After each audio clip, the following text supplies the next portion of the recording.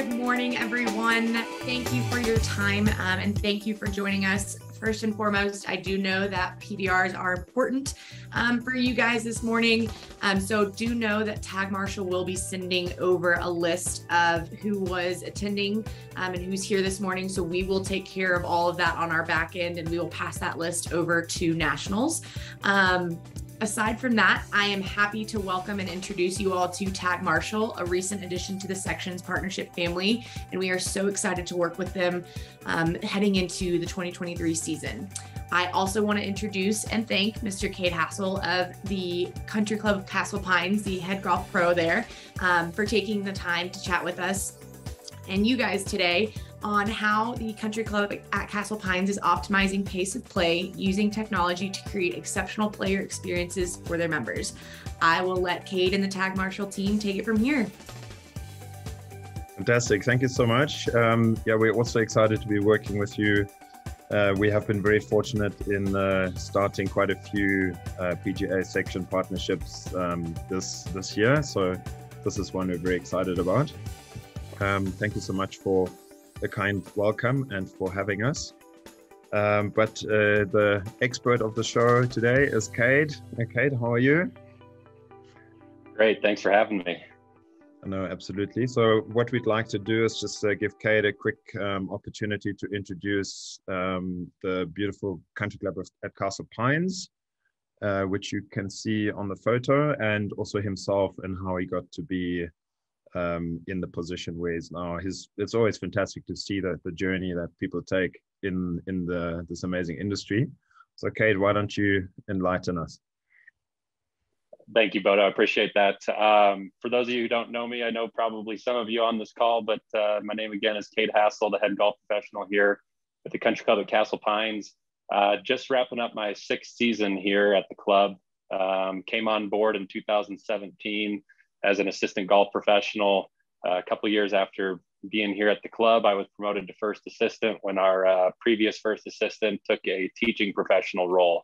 After a few years in the first assistant role, our head golf professional left for another opportunity in 2020, July of 2020 to be specific. And at that point in time, we needed to get through the golf season and finish out. And the board of directors offered me a interim position as the head golf professional. And after about 2 months of doing that, wrapping up the season and getting complete with that, they offered me the full-time opportunity. And, for many of you, you know how old I am, and it's been quite the journey to get here. And I'm very fortunate to be here at the Country Club at Castle Pines in the position that I am. But, kind of been doing this for a long time, actually. Just finished my 15th season in the golf business.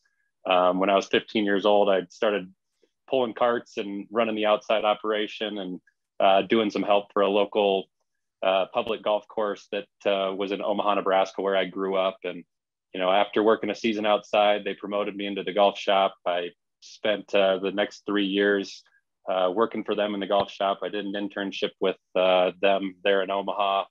And then it came time to apply for college. I knew I was going to go to the University of Nebraska-Lincoln. I had committed there, but I had no idea what I wanted to do. And after some research and some talking with some of my mentors that helped kind of get me into the business to begin with, found out that they had a PGA golf management program. So figured, why not? Let's give it a shot.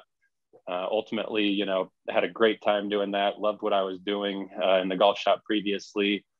And got some great internship opportunities. In 2014, I spent my final internship at Columbine Country Club and ultimately fell in love with Colorado, loved everything about it. And always wanted to get back here. Right after college, I had a great opportunity at Omaha Country Club where I'd grown up, just not too far away. Spent 2 seasons working for them as an assistant, but still knew I wanted to get out to Colorado. And 2017, I had my opportunity when I was hired by Andrew Hedrick here at Country Club at Castle Pines, and the rest is kind of history. But it's been an awesome journey, and really, this is a special place, and I'm very fortunate to be here. Yeah, thank you, Cade.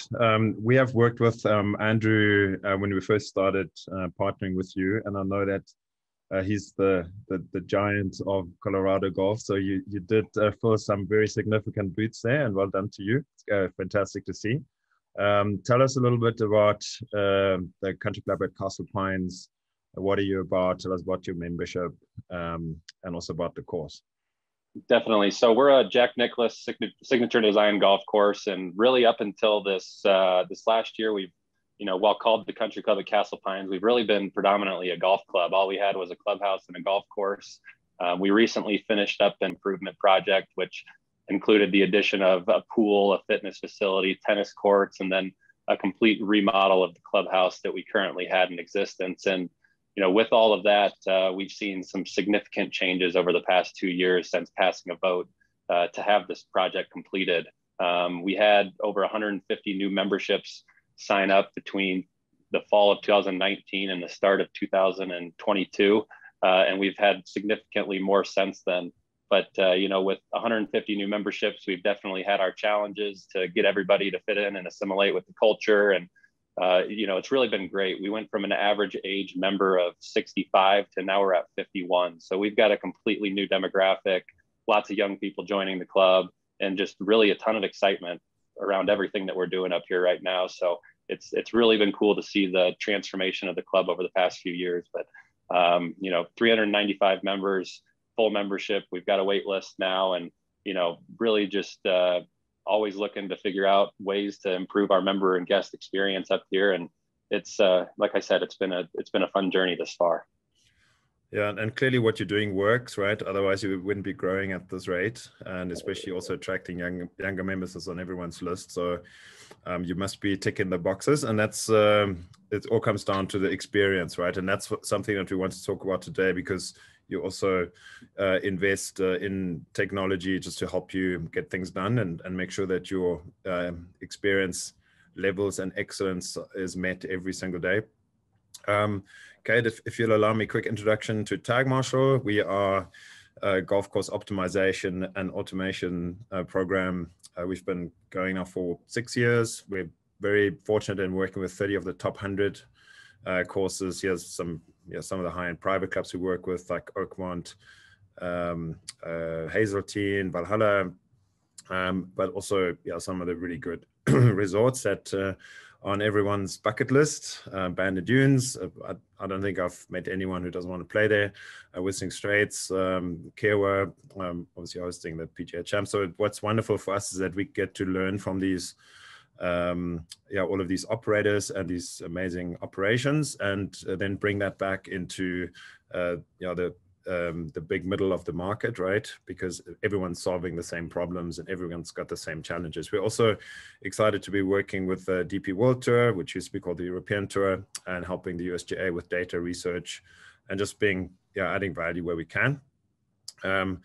And much like your journey has been great and very fulfilling, so is ours. And we're really blessed and fortunate to work in such a great community that is the golf industry.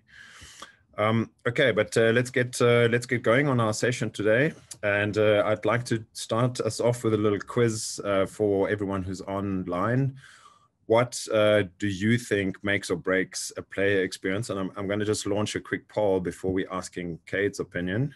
And maybe you guys can just take a second to rate your top three factors that make the player experience that we all need to get right. Cade, you obviously having been around the block half your life in this industry, what do you feel are the top three that make the player experience out of this list? Looking at the list, right off the bat, I think course design and course condition are two big factors. A lot of times when we're looking for somewhere to play, the course design is definitely something that weighs in. We want to, Jack Nicklaus signature golf course. We are very fortunate to have that here, but, anytime we go elsewhere, we're looking, for big names that, have a lot of recognition. And, course design, while a static feature, is, definitely I think a big piece of it. But, when you get to the course, knowing that, the course design is what it is, course condition, I think, falls really close and hand in hand there. You want to see nicely manicured grass. You want to see nice bunkers. You want greens to roll fast. Overall, course condition, I think, is a huge factor we always, take away from our experience at a golf course. But, for us specifically, and for me personally, pace of play and the flow of play is number one for me. There's nothing worse than hitting a golf shot, waiting to hit your next shot, hit another golf shot, wait to hit the next shot. You know, you really want things to flow. You want to be able to step up to your ball, hit it when you're ready. You know, ultimately, I think pace of play is the biggest one for me. Yeah, thanks, Cade. I think you make some great points. And I think what we need to be mindful of is that course design is very much a static variable. It is what it is, right? And not everyone is as fortunate as having a signature a designer like yourselves, but what we can all control, and those are controllable variables, is the course conditioning, and we can control, and the players are asking us to control the pace and flow of play. And I would 100% agree with you. If we get those two things right, we'll always have golfers, right? So let's just quickly look at our poll results here, which I think I can share with you. So you in our audience have polled course conditioning at number 1, pace and flow of play at close second, and then at third, cost and value. So cost and value is, yeah, for a large part made up of those first two, right? But it certainly comes into play. Let me just switch this off, and we're going to look at some research that backs everyone here. So you're all on track. So 20,000 golfers in the USGA poll survey have selected course conditioning as number 1. That's their critical experience factor, much like you said. And then close to that, pace and flow of play. In between is tee time, accessibility, and availability, because if I can't get out there, then I'm missing out, right? So that's important. You are 100% correct on this. Are these the sort of things that your membership talk about, and that also take pride in when they talk about their experience at Castle Pines? Absolutely.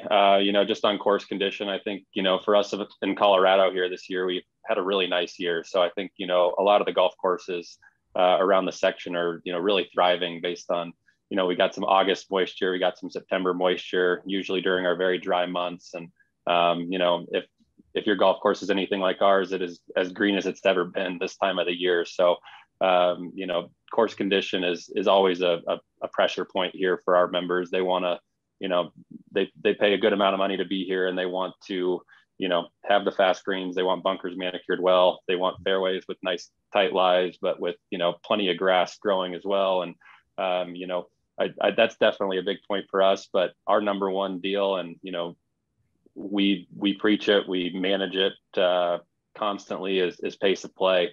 The biggest breaker for our members is when they play a 4.5-hour round.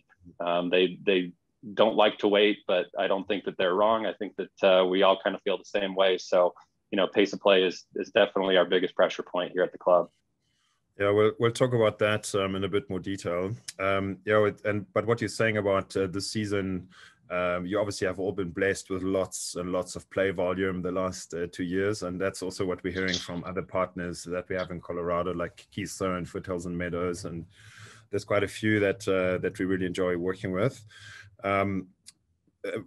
Here's another research point that came from the Golf Innovation Symposium the USGA held, and the lady on stage here is Professor Kristina Skunova. She's a professor at the University of Wisconsin, but she's also the director of golf operations at Erin Hills, US Open host up in Wisconsin. So she's wearing 2 hats. And what they researched was, what are the experience touch points that a golfer goes through in their journey of playing around. And they found that there's 1,000 touch points, which sounds a bit crazy, but putting your clubs in the trunk and driving through the gate at a club, those are all touch points, right? And some of them are delighters. They're very important to players. Some of them are sort of neutral. It's just good to have. And others are absolute frustrators. So they wanted to rank what really matters and what do we need to pay attention to. And what they found is something that's really surprising. The absolute worst score in the experience that a golfer goes through within these touch points is corrective pace of play actions. So that is your classic marshal comes over and says, hey, you're slow, get on with it. At the same time, other people's speed. So if other people get in the way and I have to wait on the tee box, that is equally as frustrating. And that's an immediate conundrum, right? Because players don't want to wait, but they also don't want anyone to come over and says, hey, you're slow, get on with it, if they do happen to be behind. So those are absolutely lowest rating. And then obviously course conditioning is high and is very important, but positive ranger etiquette is the top rated. And this is so surprising. And I think it's simply because the marshal and ranger role is really not well liked. And it's just so unexpected if it is a positive interaction. I think, Cade, at your club, you have got this all managed really well. Are you surprised that this is such a polar result here around this particular topic? That golf it's a sort of do or die, like love or hate. I couldn't agree with this more. I think that we've all experienced both the positive and the negative here. And, it doesn't shock me one bit that, having a ranger barking at you and, telling you you're slow and following you around and doing that, nobody wants to have that experience on the golf course. But, at the same, rate, we want to play fast, and, there's certain, angles and ways that we have to be able to manage that. And, a positive experience from a ranger and or a golf professional in our case is huge. I think it very much impacts the experience that our members are having out here, and when they bring guests, especially in that situation as well. I fully agree. I think one of the things that a lot of clubs measure post round is what is the net promoter score, right? So that's the rating out of 10 across some key metrics. And the net promoter would say, this is a great experience, I'd recommend it to everyone. But if it's a negative, like 0 to 5 rating, then they would not come back or potentially be frustrated and also leave bad reviews online. So if we do these things well, net promoter score is always high and people are happy. And also it's a much better working environment for a team that provides these experiences, right? Because there's no friction. And that's, I think, a good point to segue into how do you use technology to help manage that experience out on the course, which obviously drives the bus for you. It's the most important thing. You wouldn't have all these people if you didn't have an amazing golf course to create fantastic experiences for them. So I'm going to jump in here just to a quick look at how you've obviously deployed Tag Marshal. So from our side, we have a walking golf system and we have cart golf system at Country Club at Castle Pines. It's virtually all cart golf. So we installed these 8-inch GPS units, and what they do is they send information back to our backend system, which then feeds that to the course staff, which Cade is going to explain how they're plugging into that. But the nice thing about this is the system also feeds back information back to the players so they can self-manage. But it just works. It works just as well with our passive system, just to track cards or to track player movement, because we need to have data. We need to really get line of sight if we want to manage what happens out on the golf course. And so, you can think of it like a Waze or Google Maps for course traffic management on the front end. I'm just going to jump in here. I'm actually going to switch over to a quick live view, if I can get that right, of Castle Pines right now. You're not super busy. New share. Here we go. This is what's happening right now on your course. There's just a few groups out. You start at 9:30. Just to get an idea, this is what the live view looks like right now. And I can see this sitting in Calgary. You obviously at the club, but let me jump back and then we can talk a little bit more at another screen. Okay, I think we should be back on the main slides. So this is another course that, because Cade, when I tried to get a screen grab from Castle Pines in the last 2 days, everything was always green and perfectly in flow. So I couldn't really highlight the colors that we normally try and show. But tell us quickly what it is that you see here. This is another club, but the color coding is quite intuitive. Tell us how you use this, who's tuned into it, and what you do with it. Yeah, this has been beautiful for us. So for those of you who have been out to our course before, and then those of you that haven't, we have 2 holes on the golf course that you can see the other tee box from, and that's holes 9 and 10. We start at 6,600 feet up here on top of the little hill that we're on, and we work our way down about 400 feet, and every hole kind of moves away from the clubhouse, and nothing comes back to the clubhouse. 9 doesn't come back, 18 doesn't come back, and you end up having to drive up a long windy hill to get back up to the top of the clubhouse. So, you know, what's nice for us is one of the things that we always used to have to do before tag marshal was we had to have an assistant golf professional or myself on the golf course at all times. We had to be driving around with a pace chart that, you know, we were checking in on groups. Okay, they're getting off the tee on time. They're not getting off the tee on time. They're this many minutes behind. We're basically doing rough calculations in our head and, you know, ultimately passing that on to the members, which, you know, I think we'll probably talk a little bit about efficiency later, but it was a giant waste of time, more times than not. Our pace of play is usually pretty good out here, but, you know, you had to be on the golf course just in case there was a slow group because you had no eyes anywhere. Otherwise, you can see the number 1 tee box from the golf shop. You can't see anything else. So we use the pace map all the time. And, you know, looking at this pace map, you can see we've got a few green groups that are moving well, and then we've got some colors out there. And, you know, those colors signify slow groups. Purple is really the color that we're looking for more times than not. That's telling us that, you know, a group is behind and they're holding up somebody behind them.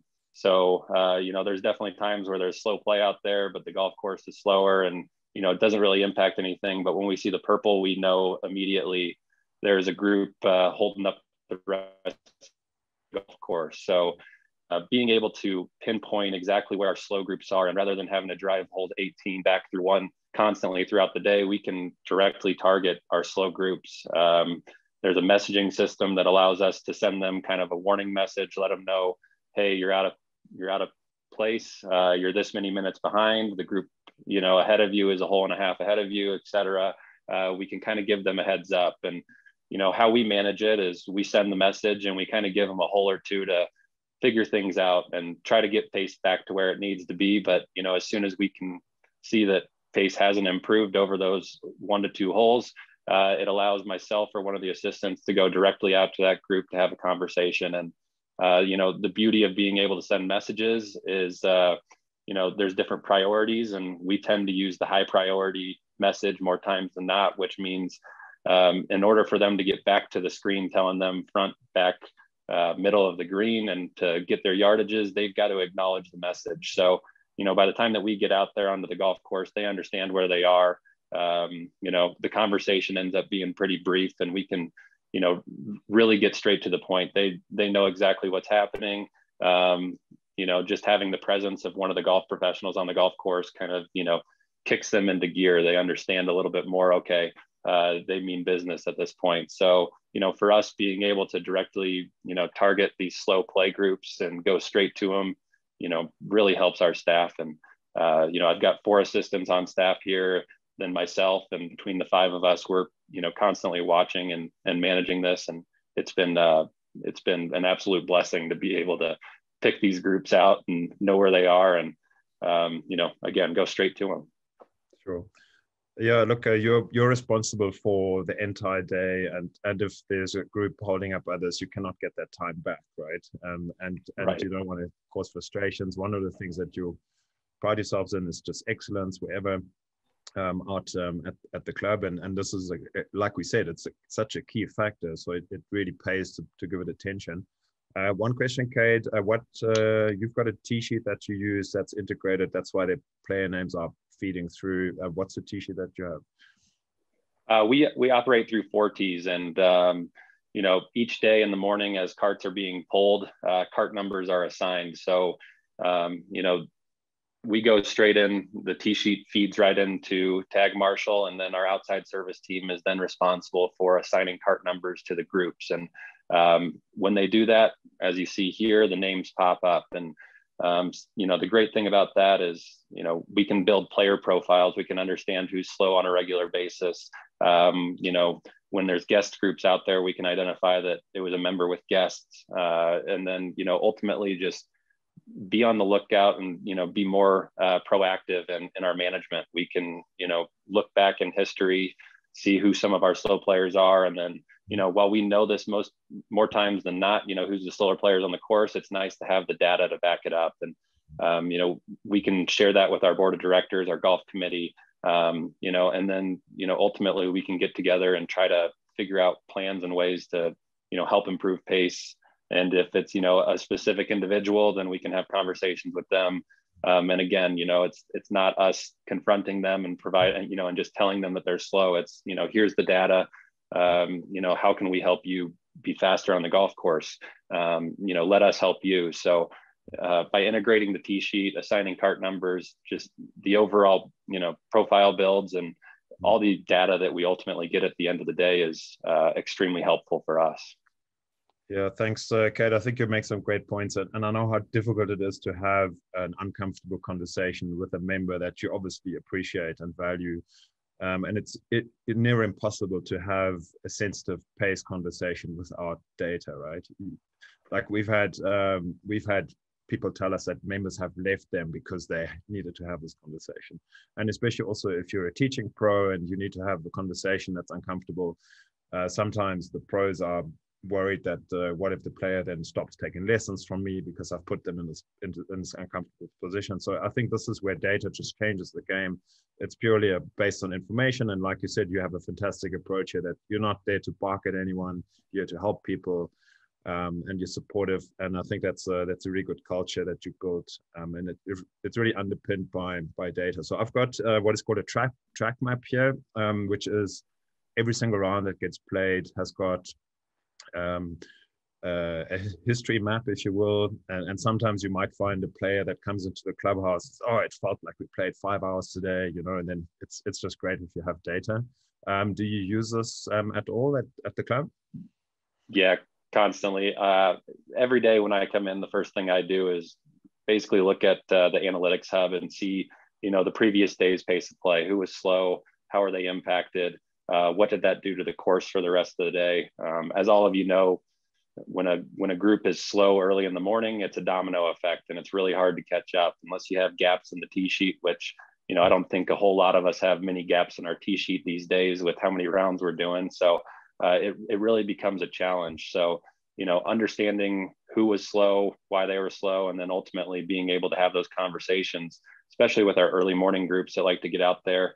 We like them to get out there and set the pace for the day. And kind of, what happens there is when early groups play fast, it seems like the rest of the day goes pretty smooth. But on a daily basis, I'm going into the analytics hub and I'm looking at round reports and seeing exactly what happened every day. It's just such valuable feedback for us to be able to take back to the membership and, again, the golf committee, the board, and have the data to back what's happening on the golf course. Yeah, I think it's also maybe it literally probably takes you 10 minutes to do that, right? So it's quick. It's quick to do. Quick. Versus if you had a complaint email by someone, it takes you a long time to untangle, right? Versus if it's just based on data, it's direct, it's intuitive, and there's no discussion. Let's talk a little bit about the front end. We're going to get into the efficiencies and the analytics side of things. The front end here, you can see it's center mount 8-inch. We're excited. It's the brightest screen in the business. It's as bright as your iPhone 13, so as bright as it gets right now. How's that working for your players first and foremost, and also from a communication point of view? And I'm just going to jump one ahead so you can see there's 2 more slides in this just to talk to maybe 1 or 2 points. What are the players? How they're interacting with it, and then also how does it help you and your team manage things? The new tablets have been phenomenal. We started in the fall of 2018 with Tag Marshall, and the previous units that we used were about half, if not smaller, of the size. It still gave you the front, middle, back readings to the green, but it wasn't nearly as interactive. It wasn't so obvious, how your pace of play was either. The great thing here from a, member's perspective is they can, while they know the golf course well, they, you can pick out bunkers. The screen's interactive. You can click where you want to lay up to. We've got, our par 5s out here are not, we have 1 that's reachable, 3 that aren't. And, the 3 that aren't require a pretty delicate layup shot. So understanding, exactly the distances that you need to get to certain points or to avoid a bunker or, to stay out of the rough, et cetera. It's very helpful for the members there. And then, as you see on the bottom of the screen, this group's playing well. They're in the green pace and you can see that green bar. So, from a member feedback perspective, it's, they see at a glance exactly where they are in their position on the golf course. So when they're in the green, they understand that, they're doing what they're supposed to be doing. They're moving at the pace that we want them to. But then, just as easy, that bar on the bottom changes colors and it tells you exactly how far behind pace you are. So, as member groups begin to slip, they see that feedback immediately every time that they look at that GPS unit. And, as I mentioned before, we send messages through these units frequently. That's kind of our first touch point with the members before we even approach them about their slow play. So, again, being able to get communication to them really easily. We see the cart numbers, we go into the message system, we select the cart numbers, send them the message that we want. If we have multiple slow groups on the golf course, we can, send a generic message to all those carts. Hey, look, you're behind pace. Please catch up to the group ahead of you, give them their time, like we kind of talked about earlier, the 1 to 2 holes. And then, when a conversation is needed from one of the golf professionals, again, it's just, they understand what's coming and they understand why we're out there. So, from that perspective for the members, it's really easy for them to understand where they are on the golf course and their pace of play. And, as Bodo showed on the next screen, here in Colorado, as all of you are familiar with, our June, July, and even sometimes into early to mid-August, we have frequent and consistent afternoon storm activity. And, those storms can be as quick as a 15 to 20 minute blow by, or they can be as long as 2 to 3 hours. So, our ability to send a weather message through the screens and, when we know that there's incoming weather, or we know, we have a siren system that, lets the members know that we're in a weather alert. But, rather than having 100 members on the golf course calling the golf shop asking, hey, how long is this going to be? What's going on? Where should I go? We can send a really quick, easy message through the system with a weather alert and let them know, hey, this looks like a short storm, 15 to 20 minutes. Please find your closest, shelter. We've got multiple sheltering areas on the golf course. They can go to there. They know that it's going to be a quick pass by and they're going to get right back out on the golf course. But then in the same regard, we can send a message out and say, look, looks like we have hail coming. We have severe weather coming. It's going to be a lengthy delay. It's going to be 1 to 2 hours, whatever we think it may be.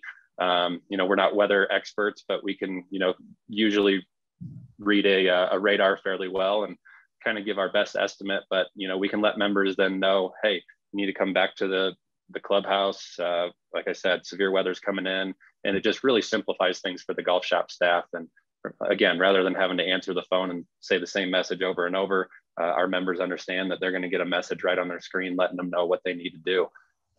It's just, again, it's very valuable feedback for them, and it just really simplifies things for us. Yeah, I think those are exactly the automation points, right? That instead of running around, picking up the phone, it's just a one-off quick message. Everyone takes note. This is a special alert message that we actually created for Keystone because they've got some steep downhills. And this is something that you could set up as a geofence, and then it pops up at a certain location and beeps at the players just to keep them aware. That's I don't know if that's something that that applies at Castle Pines, maybe for guest play, but certainly other places like Keystone, that's yeah, a lot of new players coming in. They need to be made aware so that accidents don't happen. So I think player safety is great when you have this communication tool. Obviously, we can run ads through here as well. That's a lot of clubs are using. That's probably not so appropriate for you at Castle Pines, but it's just good to have the ability. I want to keep us on time here. Cade, you're making fantastic points, and I'm looking forward to chatting about the efficiency and labor side of things, because yeah, we operate in a stiff labor market, and it's not easy to find good people. What I'm really hearing more and more is that managers are saying we need to get technology so that we can make our people's lives easier in terms of how they work, because that means they can be more efficient, and also we can retain people, and there's less frustration for them, right? Because we need to give them the tools that they need so that they can make our players happy. So from your side, on the efficiency and labor front, maybe just a few comments on how it's helping you and your team at the club. Yeah, first and foremost, kind of as I mentioned earlier, our golf professionals, prior to the tag marshal system, spent revolving, between them all day on the golf course, managing pace, driving around, and none of us got into the golf business to be course marshals, and none of us got in the golf business to sit behind a computer all day.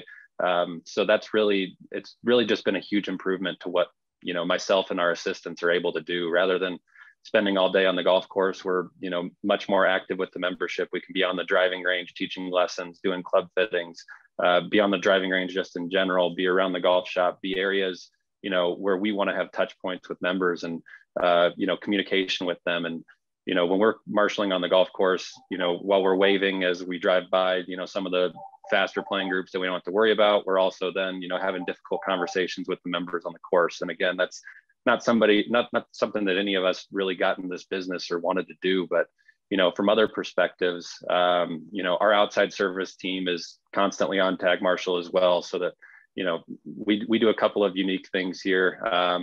When we, like I mentioned earlier, our golf course, no holes come back up to the clubhouse, and we've got a severely steep hill that kind of brings you back up to the clubhouse after holes 9 and 18. And we do have people that still want to walk out here. Our golf course, while very hilly and not very many flat areas, is very manageable to walk. So, one of the things that my staff is able to do is they're able to see the golf carts on the course. And, if we have, 4 walkers in a group, then, we're kind of watching the carts that are around them to understand when they're going to get to 9. And if they're playing 9 holes walking, we take carts down to them at the end of the 9th green so that they can drive those back up the hill. The same thing we do on 18 holes if they decide to walk 18. So, from our staff's perspective, they can see exactly when they need to get carts down there, have them there in a timely manner, as opposed to just going down and blindly dropping carts all day long and hoping that it gets to the right people. It really helps our efficiency there, where, previously, again, we were, leaving 6 to 8 to 10 carts down on 9 and 18 early in the morning and letting them sit there and waiting for the groups to finish and use those carts to come back up the hill. But, again, with the number of rounds that we're doing and the size of our cart fleet, it really it doesn't allow us to do that any longer. We need all the golf carts we can. So we need to be much more efficient in these cart drops. We need to get the carts down there at the right time so that they're back up to the clubhouse and then can be used either for additional walkers and or, the next group that uses a cart to go play the golf course. So super beneficial there. The outside service team, in addition to that, especially later in the evenings, when we're doing range close downs and we're doing our closing procedures and trying to get things wrapped up for the day, our team can see exactly where the carts are on the course to understand when carts are going to be in our finish circle so that they can be there to greet the members and their guests and make sure that they have a good experience there. We get their clubs cleaned. We ask them how the round went, etc. So just really building on the touch points and making sure that we're there at the right time where, again, previously, especially as you get late in the evening, you don't know, prior to this system, when carts are going to finish.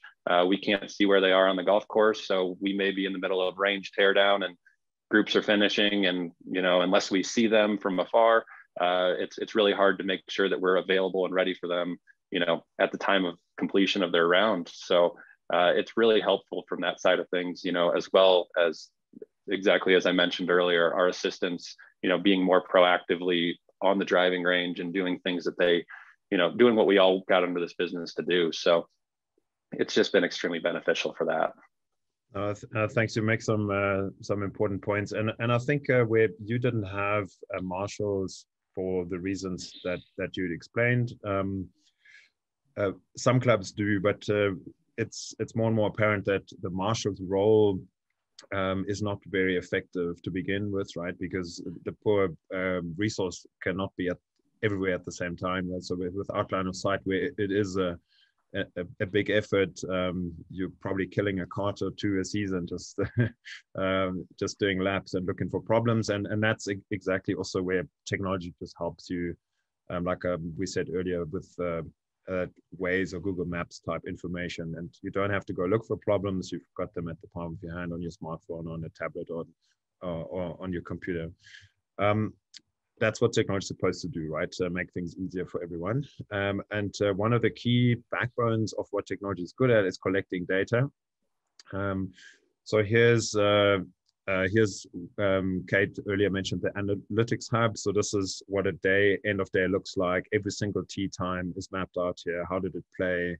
And the color codes apply throughout. They go onto the GPS screen. If somebody's purple, that means they're holding up others. If they're green, they're good. If they're orange, they were held up by a group in front of them. And we've got the hole by hole stats, and down here is what we call the pace distribution, which really is a breakdown of rounds that were faster than goal time, which at Castle Pines is set to 4:18, and what percentage of the rounds went over goal time. So this is looks really solid, like you're doing a great job, clearly. And in 2022 here, you've got your rounds coming in at 4:11, and I know it's been really busy, so this is a great result that you're achieving.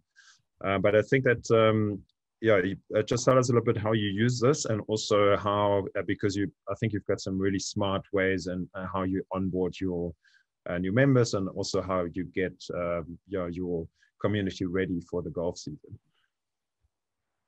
Absolutely. So, prior to the last few years, at the beginning of every golf season, we would do a rules of golf seminar, and that was, a mandatory seminar for the membership that if they're going to play in any kind of competitive play, that they show up to these rules of golf seminars to better understand the rules and make sure that, we're all obeying the rules while we're on the golf course, especially when we're in tournament play. But, with, like I said, 150 new memberships over the past 2 years, we really kind of had to change gears. We needed to get people onboarded to understand our culture. And, what we did this season was we held a golf seminar, and rather than, rules of golf being the main talking point, it was more so about, the club policies, the rules here.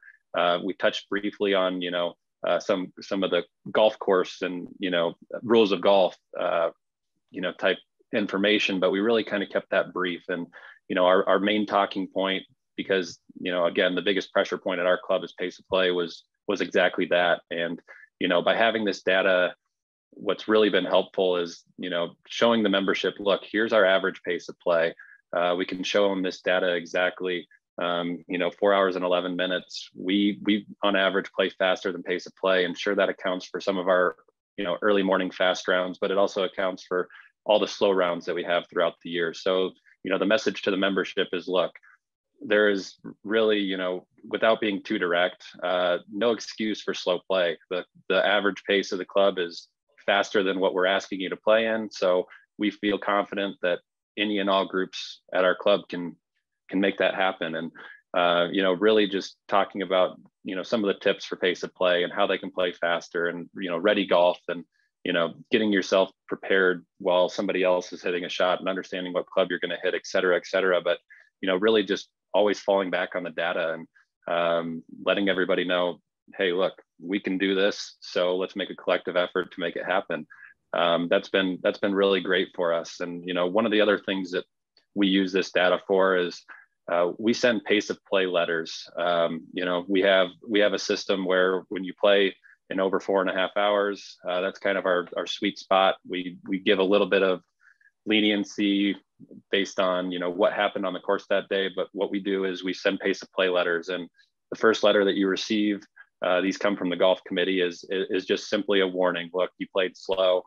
And what we can do then is those course maps, when we select on one of these rounds, when we click on one of the purple rounds, we can see the exact course map. And, we can show the data, look, you were purple all the way around the golf course, meaning you weren't held up by anybody, you were slow. We take a screenshot of that.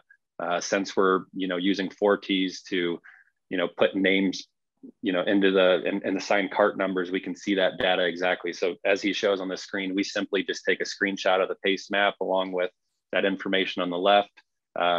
We've got a golf committee letter that's kind of, pre-written, but, we input this image and we kind of tweak it to make sure that, depending on the situation, it's not aggressive, it's not direct, it's somewhat friendly, but at the same time also sending them a message and letting them know, look, if pace of play doesn't improve and you get further letters, then there's, repercussions as we, receive more letters. One, like I said, was the warning. Number two actually comes with a suspension of playing privileges for a week until after 1 o'clock in the afternoon. And then if you get to the third, which, we almost, I don't, in my, I guess 5 years almost using this, we haven't really had to get to the third, but if you get to the third, it becomes a member relations issue where what are you doing that you can't figure this thing out? We've sent you messages, we've sent you warnings, we've suspended your playing privileges. And then ultimately it kind of becomes a golf committee member relations and board issue where, they kind of then determine, what the repercussions are going to be following that. So it's just really helpful for us because, a lot of times you'll have a slow group come in, you'll have the conversation with them, and without the data, they'll tell you, no, we were waiting all day. Well, again, when you go back to the course map, look, you're purple all the way around. That means you're holding up groups behind you.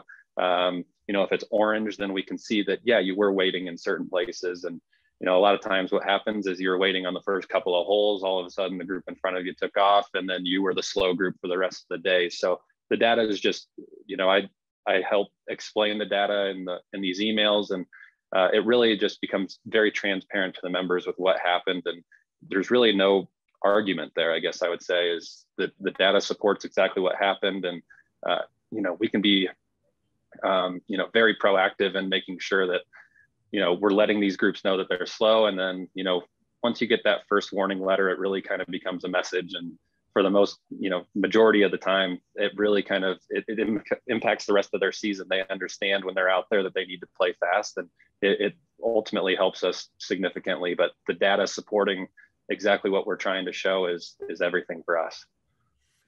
Yeah, I think it's just important to understand that the players may not always have the awareness, right? But there's really no excuse now because the system talks to them, they can self-manage better. And then also you have very clear processes that you follow. And yeah, having conversations with especially private club managers, it's such a sensitive topic. If you don't have information, right, it's near impossible to get on top of it. And it can become a culture issue at a course, right? Because perception is reality very often. Perception that a player has, or I've been waiting all day, that becomes their reality. And some people are very vocal about it.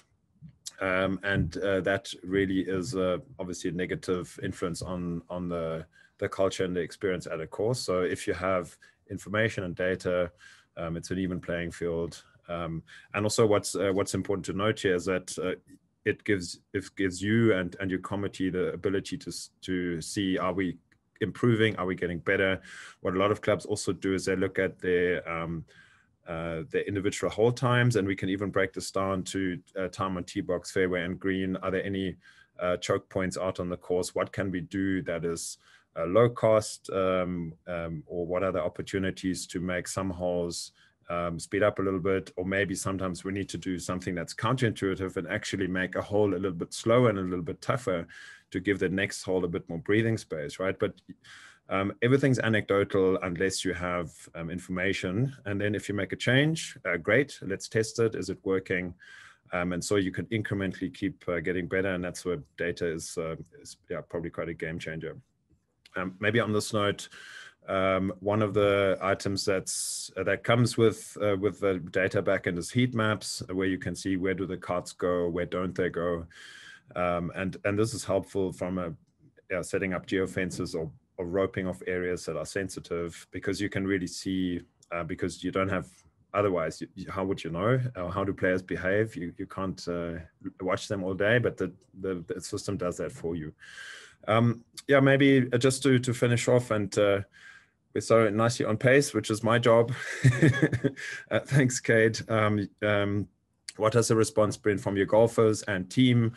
Because very often we get some concerns from people. Well, what if my players don't like it? What if they're saying, I don't want to be tracked? And also the team, well, change is not easy, right? But what I'm hearing more and more is also like, older, more experienced BS managers saying, well, I'm not getting this for me, I'm getting this for my assistants, because these guys are dialed into their smartphones, they're dialed into technology. I'm a pen and paper guy, but I know that they want that, right? And that makes our club better. So what has been the response at Castle Pines from a golfer's point of view? Are they getting into it, and also from your team's point of view? Yeah, no, I mean, from the golfers and the members' point of view, it's been great. We, again, the information is so at hand. It's so clear. It's right in front of you. Every time that you look at that GPS to get a yardage, again, you're knowing exactly where you are on pace, relative to where you're supposed to be. So it's just been extremely beneficial to the membership. They very much enjoy having, the distances. That helps them with pace. It's less time that they have to use to pull out their range finders. So, helps move things along in that regard. But, again, just having the information at hand and understanding that we're tracking everybody, it's a relief to the membership. When we have slow groups, they know that we have the information at hand to be able to take the right measurements to help improve that, or talk to the group, or, whatever that situation may be. But just, peace of mind is more so anything from the membership's perspective. They just have really taken to it. Every cart that we have has these units. We do have private carts at the club as well that we've installed these units on. So it's not like we're nitpicking on anybody. We're not, picking out groups in which we're going to track. Everybody has the same tracking system on the carts. So it's just really beneficial for us in that regard. And the members, enjoy everything about the GPS units that we do have. Again, from the team's perspective, it's really freed us up and, allowed the assistants and myself to be around the facility more and less time just, almost aimlessly driving around. So just being able to, again, pinpoint exactly where the slow groups are, take care of it, get back to what you were doing. It's across the board has been great for all of us.